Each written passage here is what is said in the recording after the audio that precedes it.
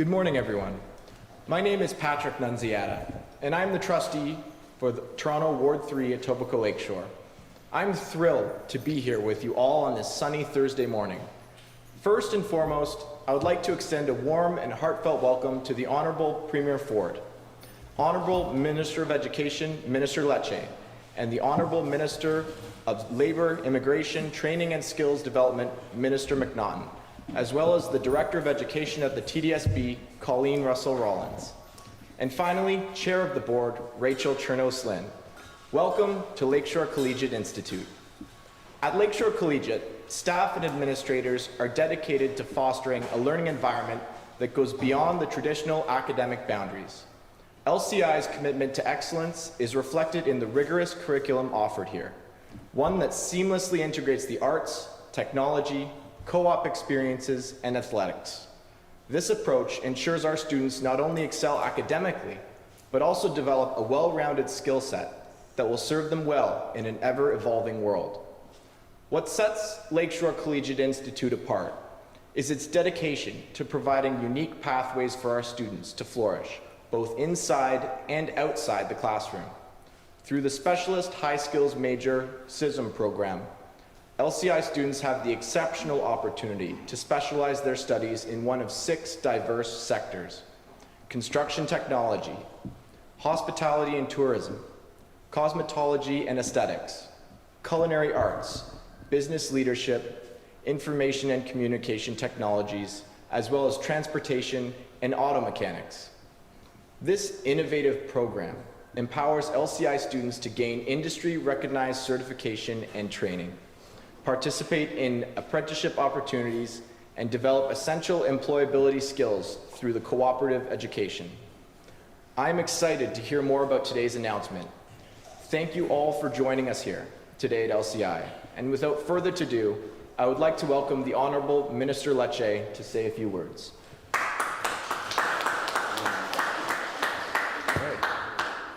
Good morning and thank you all. Appreciate that introduction, Trustee Nunziata.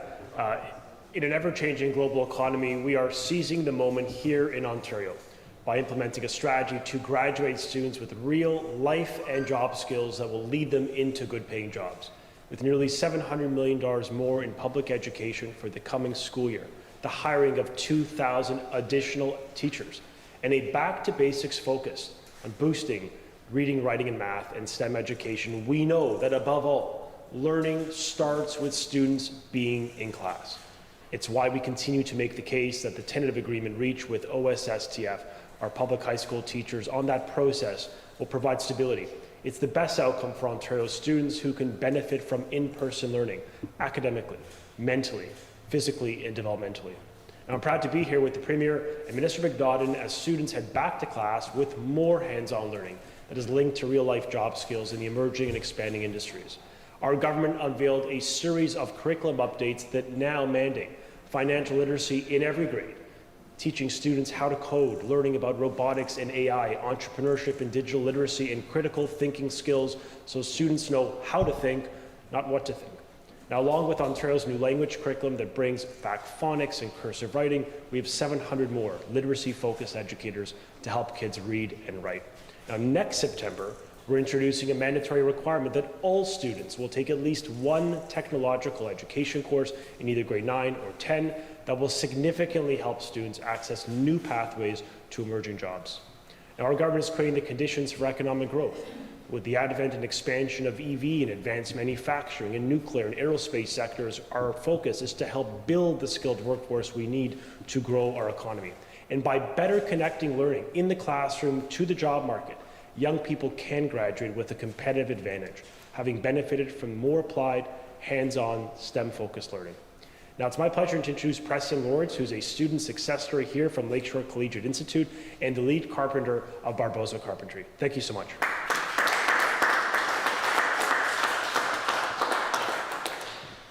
Good morning. I'm Preston Lawrence. I'm a lead carpenter of Barbosa Carpentry. I actually graduated at this amazing school, Lakeshore Collegiate, and I took part in the OEAP program with my teacher, Matt Bradley, over there.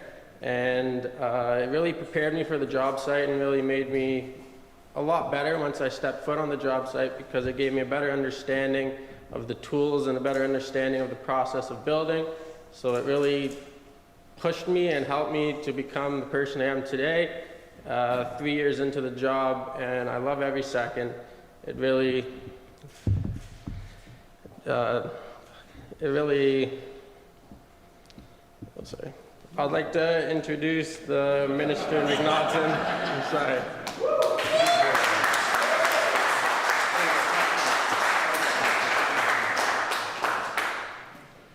Well, good morning, everyone. Thank you so much, Preston. Another round of applause for Preston. He's doing a great job building Ontario. Preston, it's people like you that really are the everyday heroes building Ontario. It's great to be here today at Lakeshore Collegiate Institute alongside Trustee Patrick Nunziata and other leaders of the TDSB, including our amazing OEAC coordinators, as well as my colleague, Parliamentary Assistant Deepak Anand. Minister Lecce, thank you for everything you're doing to train the next generation of workers here in the province. And of course, our Premier, Doug Ford. It's no secret that we're facing a historic labor shortage in the trades, with 1 in 3 journey persons aged 55 or older and nearing retirement. While many young people only are finding out about the trades after years of pursuing other professions and literally accumulating thousands of dollars in student debt. That is why, under the strong leadership of Premier Ford, I'm pleased to announce our government is investing $24 million in our apprenticeship capital grant program, helping 66 colleges, unions, and training institutions across our province upgrade their equipment and build state-of-the-art facilities to support hands-on learning for students and apprentices, ensuring graduates from schools like Lakeshore Collegiate continue to receive world-class training as they prepare for life-changing careers. Our efforts to introduce more young people to jobs of the future are clearly working.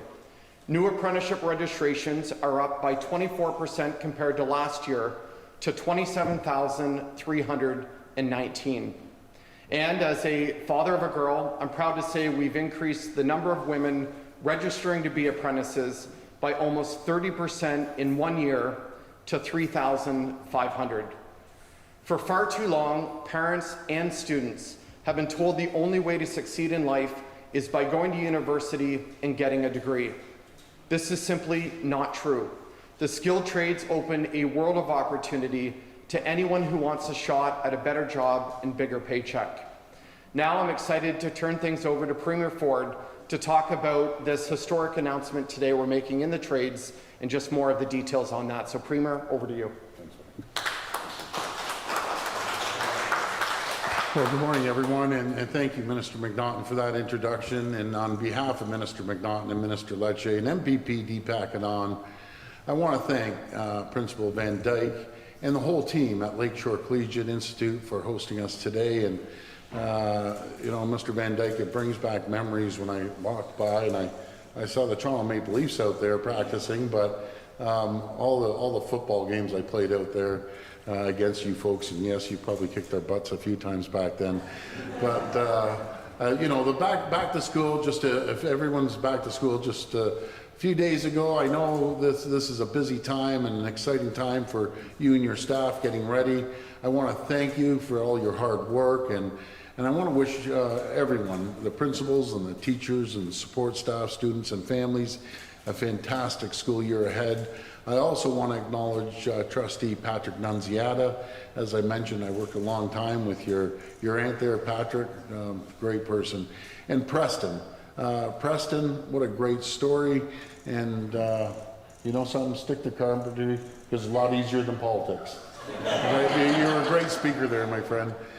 And thank you for sharing that with us. And friends, we need more people like Preston in Ontario. We need more young people like him entering the skilled trades, because everyone in this room knows our province is growing at an unprecedented pace. Last year alone, our population grew by more than 500,000 people, and I know that number is not even accurate. I'm hearing numbers up towards 1 million now, and I won't get into the weeds, but there's actually more than 500,000 a year coming now. At this rate, Ontario will add over 5 million more people in the next 10 years. It's like adding almost two cities of Toronto and in Ontario here. At the same time, we're attracting thousands of new jobs and billions of dollars in new investments, including the $25 billion in the electric vehicle and battery sector, the $3 billion in the life sciences. We're seeing billions of dollars invested in the tech sector as well. Manufacturing, we created more manufacturing jobs last month in all 50 states combined in the US. And as our population grows, as our economy grows, we need to make sure our infrastructure keeps up. So we're working closely with our cities and the municipalities to build at least minimum 1.5 million homes by 2031, so young people and newcomers can realize the dream of home ownership sooner than later. And across Ontario, we've embarked on the most ambitious capital plan in the province's history. We're investing nearly $50 billion to support more than 50 new hospital projects, $22 billion to build more schools and childcare spaces, $28 billion in roads and highways, and more than $70 billion in transit as we build the largest transit expansion in North America, including new subways and LRT lines right here in the GTA. But we can't build this infrastructure, we can't attract investments and new businesses if we don't have the workers. The numbers speak for themselves. Over 700,000 more people are working today than they were when we took office in 2018, and those are pretty amazing numbers. But there's still over 300,000 jobs going unfilled every single day. And over the next decade, we're going to need an additional 100,000 skilled construction workers just like Preston to help build the critical infrastructure our growing province needs. These are great paying jobs. These are jobs that will build Ontario, and that's why our government is investing over $1.5 billion in our skilled trade strategy, working hand in hand with our labor unions, business groups, our schools, colleges, and universities to train the skilled workforce of the future. Whether it's upskilling workers, training new ones, or breaking down barriers to get skilled immigrants into the province, we're leaving no stone unturned. We know we need to do more to attract young people like Preston to skilled trades. That's why last fall we launched our first ever skilled trades career fairs for students from grades 7 to 12.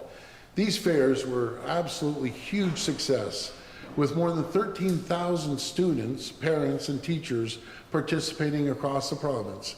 And friends, today I'm thrilled to announce that we're not only bringing back the fairs for 2023-2024 school year, we're doubling them with more stops, more exhibitions, more for twice as many students. Starting next month, skilled trades career fairs will be held in 10 cities across the province. These fairs will let students explore their future in the skilled trades through interactive exhibitions, hands-on activities, and opportunities to engage with working tradespeople and local employers. It will give over 25,000 students and their families exposure to over 140 trades, from carpentry to welding, from metal fabrication to plumbing. And friends, this is just one of the many initiatives we're taking to connect more young people to good paying jobs and rewarding careers in the construction sector. We're investing in advertising and marketing campaigns to help end the stigma around the trades. We're exposing more young women and men to the trades by modernizing our school curriculum to include mandatory learning about the skilled trades. We've expanded Ontario's dual credit programs and are helping students start their apprenticeship training while still in high school. Together, these programs, these initiatives, will help to educate students and parents about the rewarding opportunities in the skilled trades and help us develop a more diverse pipeline for the skilled talent. So together, we can build the cars, the factories, the homes, the hospitals, the roads, critical infrastructure that we need in every region of the province. Thank you again for joining us, and may God bless the people of Ontario. Thank you.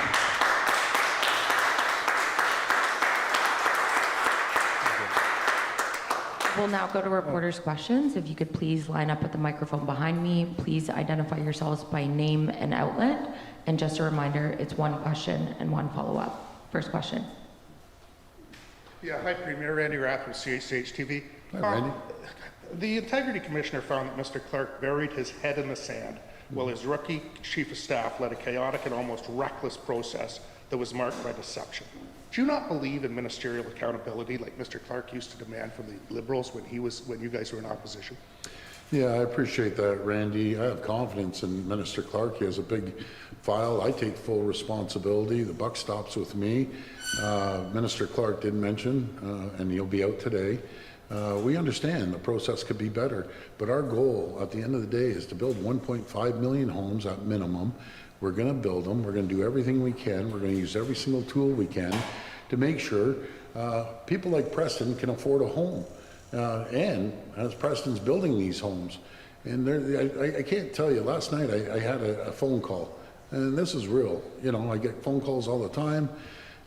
This one gentleman, and I could tell he's a new Canadian, that he's been here for a number of years, but you know, he's losing his home because of the interest rates. And he can't afford a home. So we're going to build attainable homes. We're going to use modular units. We're going to use regular traditional build homes. We're leaving no stone unturned, but we're going to build those homes. That's the right thing to do. You've now got two reports from officers of the legislature that found that select developers got an unfair advantage when the government decided which land should be freed from the Greenbelt. Isn't the only way that you can restore public confidence, which seems to be very low right now, in your government by returning those lands to the Greenbelt? Well, first of all, that's not correct. The Integrity Commissioner said there was no due influence with any developers, and that was pretty clear in his report. So again, on the Greenbelt lands, I have a message to all the developers: get the shovels in the ground, get started. You know, here's another warning to you. I won't hesitate to put you back in the Greenbelt. I did it with the other land the other day, which I almost fell off my chair when I heard it was up for sale for an industrial park. Like the owners of the land, and I don't give two hoots who you are. If you don't follow the rules, you don't build homes, you don't start getting shovels in the ground, guess what? You're done, you're gone. Test me out, try me again. You're going back in the Greenbelt, because I'm fed up with it. Absolutely fed up with playing little games. And again, I don't care who you are. You're going back in the Greenbelt unless you start building homes. And again, try me. Good morning, Premier. Rob Ferguson, Toronto Star. Yeah. Back to Minister Clark, and we're aware that he's doing a newser at 12:30 today, but Yes. I'm just wondering what your standards are for keeping a minister in cabinet. During the pandemic, a former finance minister went to St. Bart's when there were no travel restrictions, and he ended up walking the plank from his portfolio and left cabinet. But now we've got Minister Clark, who's been the subject of two damning reports, one from the Auditor General and another from the Integrity Commissioner, and he gets to stay. So what are your standards? Can you give us a delineation of how you look at this and what it would take for a minister to be fired or for you to ask for his resignation? Well, I appreciate that, Rob. Again, Minister Clark has a tough job, and his goal is to continue building homes. I saw the report. I read a good chunk of it last night, and admittedly, the process could have been a lot better. And I agree. I'll have an opportunity to sit down again with Mr. Clark and discuss the matters. But our number one goal is to continue building these homes for people out there that are in desperate need. And we keep saying 500,000 people are coming to the province. Those are inaccurate figures. The feds came out, and it's not their fault, but it's probably closer to 600,000, 800,000 people are arriving here in Ontario. And then we're going to have a much bigger crisis if we don't start building homes. So I didn't really get an answer to what the standards would be. I note that you keep saying the buck stops with me. Yesterday, Minister Clark said also the buck stops with me, but it appears in this case the buck stops with no one because he's still in his job. So where does the buck actually stop? Well, again, at the end of the day, Rob, I'm responsible for everything that happens in the province, and I always make sure We hold our caucus and our ministers accountable to follow the mandate that we gave them. The mandate we gave Minister Clark was to build homes. We were elected on getting things done. We're going to get them done. Hi there, Alan Hale from Queen's Park Alan. today. So the buck stops with you, the buck stops with Minister Clark, but there has been no consequences for anybody. Usually when people say that, that is an acceptance of responsibility. You didn't even want to fire Mr. Amato. So can you please explain, like, why are you keeping him in cabinet? Like, is he the indispensable man for you here? Like, are you putting his position over ethics? No, I'm not at all. But we're going to work with Minister Clark like we work with the other ministers to fulfill our mandate. Our mandate is to build homes. It's as simple as that. And we're going to continue moving forward on that mandate of building 1.5 million homes. Now, in the report, it's said that while Mr. Amato did not go around telling developers with words that the Greenbelt was being reopened, he did pretty much do everything to tell them with his deeds that it was happening. Now, considering that you were not going to fire Mr. Amato, and you're not going to fire Mr. Clark, apparently, are you saying that you are happy with the way that this was conducted? Is everything in here acceptable to you except for some rushing? Yeah, no, actually, I think it's been very clear. I'm not happy with the process. We're fixing the process. We took the 14 recommendations off the Auditor General, and we're going to fix the process. Am I happy about the process? I'm not happy at all about it. Hey, Premier, it's Charlie Pinkerton from the Trillium. In his report yesterday, the Integrity Commissioner described a pattern of deception by the Housing Minister's former Chief of Staff that included throwing around his superiors' names, including your own, to try and advance a policy initiative, the removal of land from the Greenbelt, that the Housing Minister himself was hesitant about. Before Ryan Amato resigned from his position, you were protecting him. Given this, which otherwise I think would be seen as a breach of trust, why were you protecting him? Was it because he was doing what you assigned him to? Why am I protecting Minister Clark? Why were you protecting Ryan Amato before he resigned? I wasn't protecting him. You know, at the time, the information I had, I believe until someone comes out and shows me something different, I'm going to stand by our team members. And Ryan Amato decided to step down. Minister Clark is part of our team and will continue part of our team.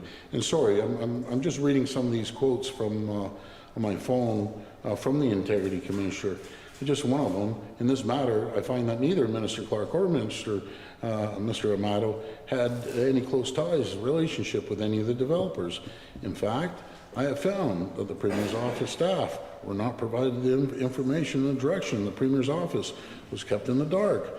You know, I go on and on about it, but folks, at the end of the day, you know, I'm not happy with the process. We're changing the process, but I have to build these homes, and we're going to continue building the 1.5 million homes in every corner of this province.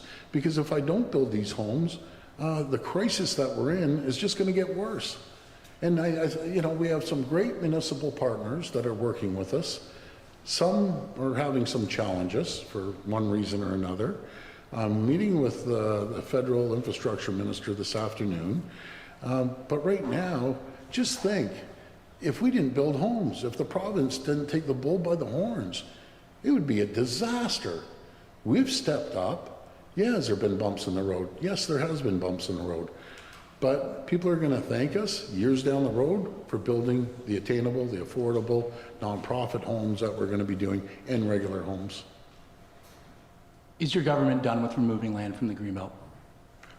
Right now, I'm done with that, but I want to continue making sure that the lands that we took out of the Greenbelt, people start building on them. The builders need to start moving. I can't stress it enough. And sure enough, as you know, sure as I'm sitting here, one of them are going to screw up, guaranteed, and they're going back into the Greenbelt. I got to make something clear. All I care about is the average person, the people I talk to. A lot of politicians don't get to talk to. These people call me. I don't know how they get my number, but they call me, they talk to me, I meet them in the streets, I meet them in the plazas, and they're struggling. I don't give two hoots about these developers, but they're part of the system. The builders build. What do you want me to do? But I won't hesitate to throw them back in the Greenbelt. And that's a small sliver, by the way. This Greenbelt, everyone's making such a big deal about. It's a sliver compared to the big problem we have. You know, 50,000 homes compared to 1.5 million homes. And, you know, that's all I want to do is help people.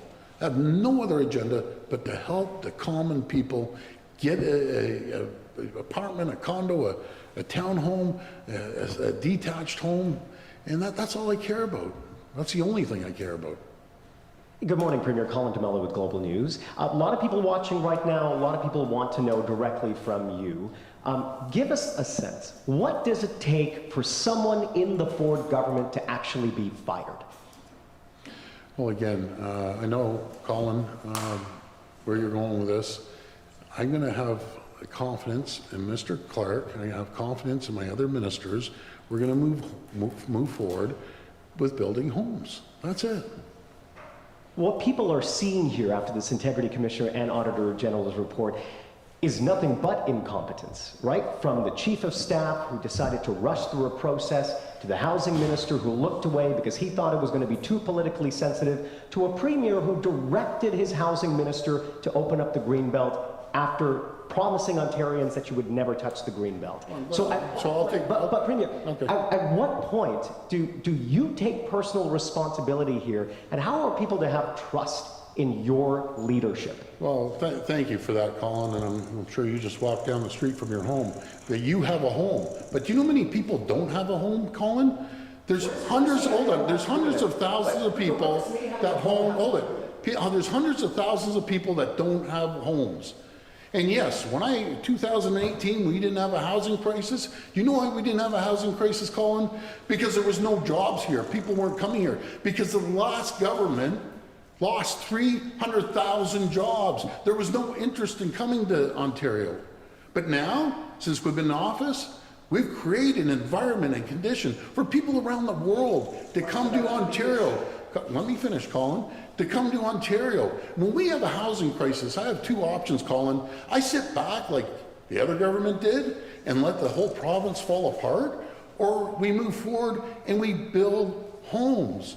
Because I know you, Colin, a year down the road, if we don't have the homes, you're the first person that's going to be up here saying, why didn't you build the homes? Why didn't you do this? Why didn't you do that? Well, Colin, guess what? We're going to build homes. We're going to build homes until people have the same opportunity that you have. You have a nice home down the street. But guess what? There's hundreds of thousands of people that don't have your opportunity, that don't have the good paying job that you have. That's the difference. Hi, Premier. Siobhan Morris from CTV News. Hi, Siobhan. I think, to follow up on Colin's question, I don't think that people love the idea of you attacking reporters for where they live. I don't have a home, and I think it's the same thing. How can people have confidence in your government when we see gross incompetence reported both by the Auditor General and by the Ethics Commissioner now about the way that this process was delivered, and you say the buck stops with you, and really there's no change made on the part of the government that the public sees? Siobhan, first of all, I've been dealing with Colin for 10 years. I give him the utmost respect, and it works both ways. You don't attack me, I don't attack him, but you know something? We've known each other for 10 years. Do we see eye to eye on things some days? Yes, some days we don't. So I'm sorry if I offended his feelings. And Siobhan, you need a home, don't you? You said you don't own a home? That's why we need to build 1.5 million homes. It's as simple as that. And I have confidence in my ministers. The Integrity Commissioner has recommended a reprimand of Steve Clark. If you say that you are being accountable, the buck stops with you, will you and your government vote in support of that reprimand? Well, that's going to go to the legislature, and we'll see when we get back into the House in September. This will be the last question.